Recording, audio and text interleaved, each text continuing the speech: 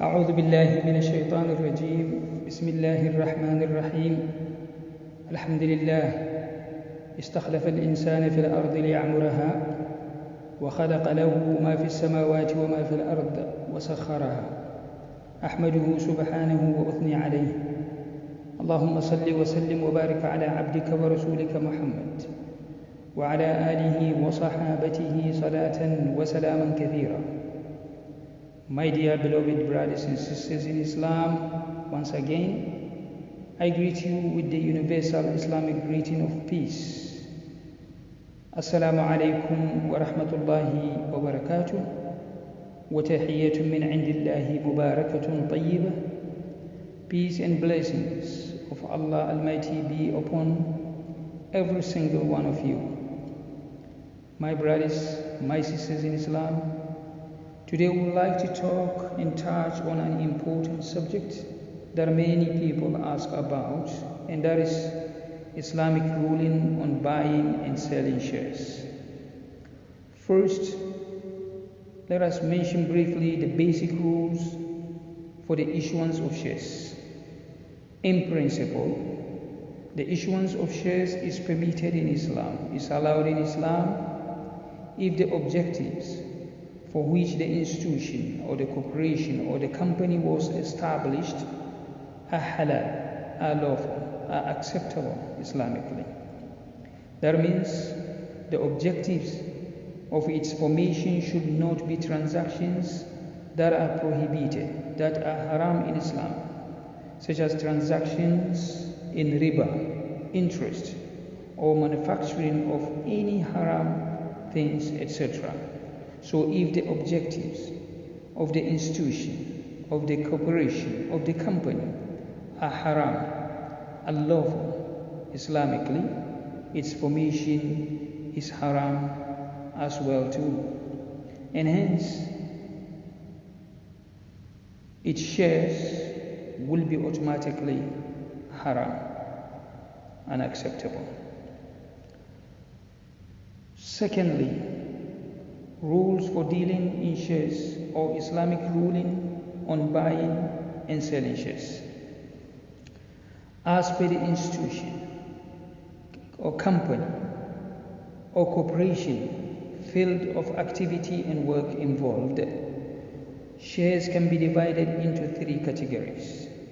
1. Shares based on halal permissible activity, permissible work. For example, companies that deal with transportation, shipping, manufacturing clothing, office supplies, furniture, medical equipment, real estate, and so on, and do not engage in any haram, unlawful practices or transactions, such as lending or borrowing on the basis of riba, on the basis of interest. Rather, all their transactions and dealings are Sharia compliant, are in accordance with the principles and rules of Sharia. So it is permissible to buy and sell shares or invest in this type of company. You can buy, you can sell, you can invest in this type of company whose activities are 100% halal. Number 2, shares based on haram, unlawful, prohibited types of activity, prohibited types of work.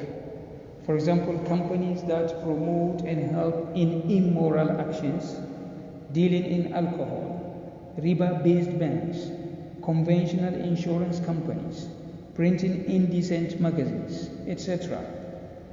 Therefore, it is not permissible to buy and sell shares or invest in these type of company whose main activities are non-halal activities. So you are not allowed to buy and sell shares or invest in this type of company. So my brothers and sisters, there is no confusion about the Islamic ruling with regard to these two types of companies, as the matter is clear. One company, its activities are 100% halal, you can buy its shares and sell or invest. Another company, their activity or its activity is based on 100% haram things. My brother, my sister, you cannot buy or sell or invest in this type of company. This is very clear. The third category is the company with mixed activities. For example, companies whose field of work is basically halal, permissible, but they engage in some haram practices or transactions, such as transportation companies, for example, that have interest-bearing accounts in the bank, or they are financed by means of riba, means of interest-based loans from banks or from people, etc. The third category, which we need to concentrate a little bit, are the mixed activities companies, whose field of work is basically halal, but they engage in some haram practices or transactions, as we gave example with the transportation companies. The contemporary scholars differed concerning the ruling on buying and selling shares of these mixed activities companies. Some scholars are of the view that it is haram to buy shares in them, means these mixed activities companies, or to invest in them, because the shareholder is a partner in the company based on the number of shares he holds. So he is a partner to every transaction into which the company enters, such as riba or interest or other haram transactions. The prohibition in this case is clear because of the general meaning of the evidence in the Noble Quran and the Sunnah of our beloved Prophet Muhammad sallallahu alaihi wasallam concerning the prohibition on riba, prohibition on interest, and because buying shares in companies that deal with riba, when the purchaser is aware of that,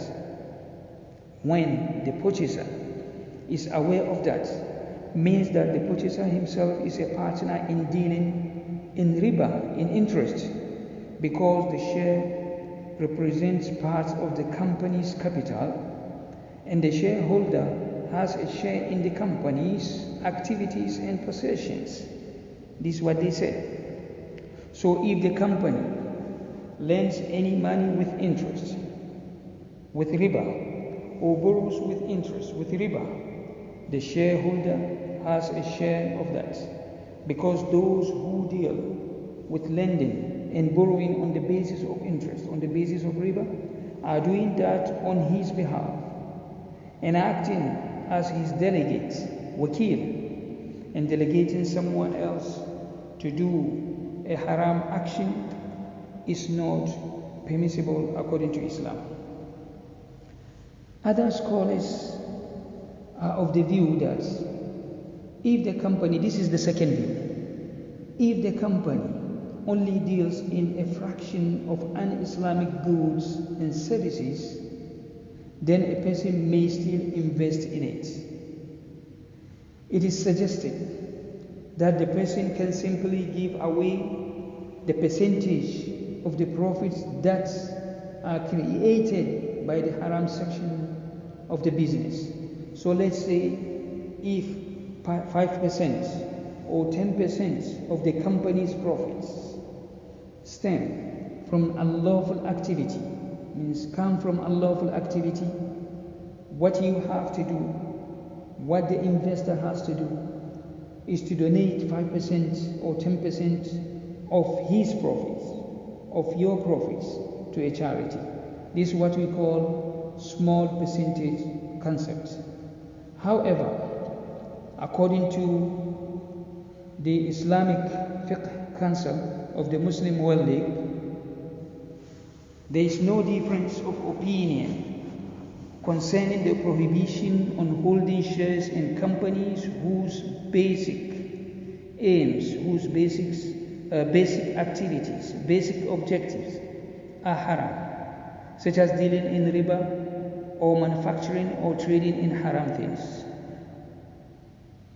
It is not permissible for a Muslim to buy shares in companies or banks if some of their transactions involve dealing in riba, in interest, or manufacturing or trading in haram things.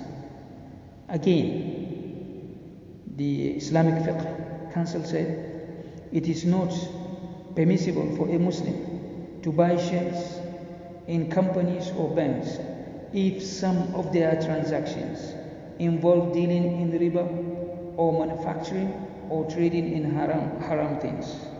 In other words, the basic principle is that it is haram to hold shares in companies that sometimes deal in haram things, such as riba and so on, despite the fact that their basic activities are Islamically acceptable. Islamic Fiqh Council also said, if an individual purchases shares not knowing that the company deals in riba, in interest, then he finds out about that. What he must do is to get out of it. Means it is essential to withdraw from it and get rid of any profits by giving it to the poor and needy. So my brothers and sisters in Islam, what do you do if the company deals in goods and services that do not agree with the Islamic rules and principles, even though its main work, main activity is basically halal, permissible? In my humble opinion, my humble answer is that avoid doubtful matters. Avoid doubtful matters. Because our beloved Prophet Muhammad sallallahu alaihi wasallam said in a hadith narrated by Al-Bukhari and Muslim, Al-halalu bayyin wal-haram bayyin wa baynahuma umurun mushtabihat. Lawful is clear and that which is unlawful is clear, and between the two of them are doubtful matters about which not many people are knowledgeable. Therefore, he who avoids these doubtful matters certainly clears himself in regard to his religion and his honor. But he who falls into the doubtful matters falls into that which is unlawful. My brothers and sisters in Islam, there is another hadith which Prophet Muhammad sallallahu alaihi wasallam said, leave that which makes you doubt for that which does not make you doubt. Scholars said, leave that which makes you doubt means refrain from that which you are uncertain as to whether it is good or bad, halal or haram. For that which does not make you doubt, scholars said, that is, turn instead to that about which you are not uncertain, that which you are sure is good and halal. May Allah Tabaraka Ta'ala send blessings and peace upon our Prophet Muhammad sallallahu alaihi wasallam and upon his family and companions. Praise be to Allah Tabaraka Ta'ala, the Lord of the world. Ya Allah Tabaraka Ta'ala, bless us with proper knowledge of our religion, Islam, and make us among the few who are grateful to you, those who hear the admonition and follow. Barakallahu feekum, wassalamu alaikum wa rahmatullahi wa barakatuh.